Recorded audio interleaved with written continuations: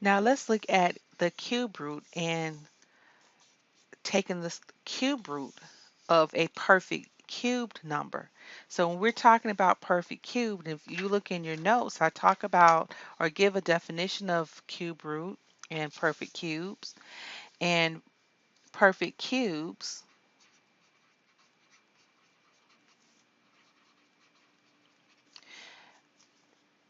will be numbers that when you multiply that number, pick a number, let's say 2, and we multiply it 3 times, its product is a perfect cube. So 1 is a perfect cube, 8 is a perfect cube, 27, and we can keep going to all the way to 10 times 10 times 10. As far as variables, x cubed, x to the 6th, x to the ninth. And why the following that I have on this sheet of perfect cubes? Because when we multiply 1 3 times, its product is a perfect cube. I gave you 8 before. 27 multiplying 3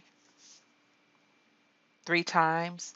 What makes our x cubed perfect cube? Well, multiplying x 3 times. X to the 6th multiplying x squared 3 times. X to the ninth multiplying x cubed 3 times. So perfect cubes, we're looking for that root. So back to the questions. We have the cube root of 27, and we want to find its root, and that will be 3. Because in the previous example, 3 times 3 times 3 will give us 27. Number 8, the cube root of x to the 42nd power. So you have to think about it. And we're going to look at this property later on, but for right now, just trust me on it that it's going to work. To find the cube root of x to the 42nd power, what you can do is take this index of 3 and divide it into 42 evenly. And then by doing that, it will tell you the root. So when we divide 3 into 42, that would give us 14.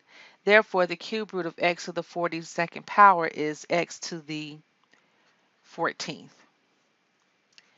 Because x to the 14th times x to the 14th times x to the 14th is x to the 42nd power.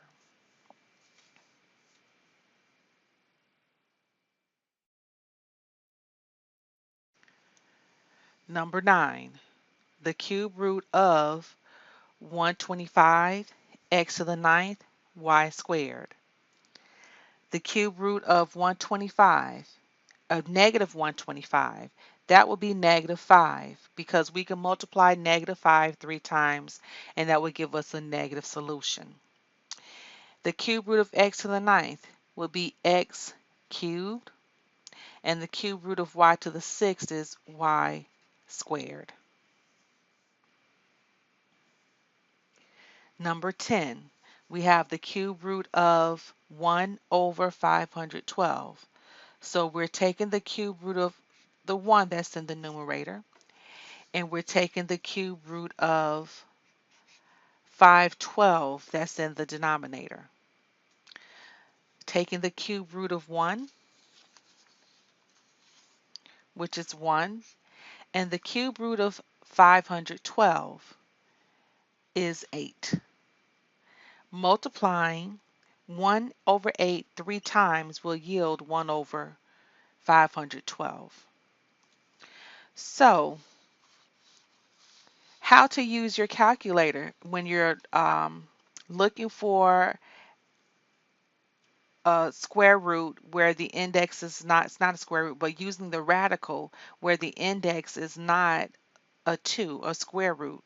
So let's look at the cube root of 512 using your calculator. So on your calculator, you should see a button uh, an accent key right here. And above that accent key says x square root of x square root. Like I'm saying x square root, but x as the index and then the radical sign.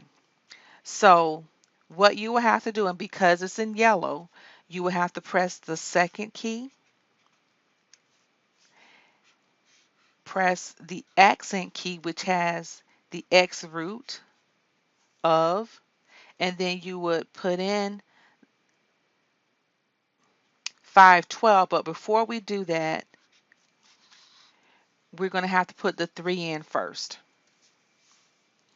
because you're telling the calculator that you have an index other than 2. So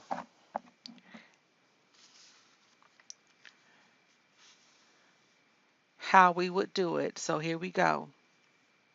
Let's clear it. So you have to tell this particular calculator. If you're using a different calculator, then see me in class or go online and try to find a video that shows you how to use the radical key, sign. But you have to put in the index first. So 3, then press the second button, and then the accent key, and then put in 512, and then press enter. And it tells you the cube root of 8. So we will have to press the equal sign after that, and it will give us the answer of 8. So this is the function keys you would use. So to show you again, let's clear it. Put the index in first, press second and the accent key, then your radican, press enter, and you have 8.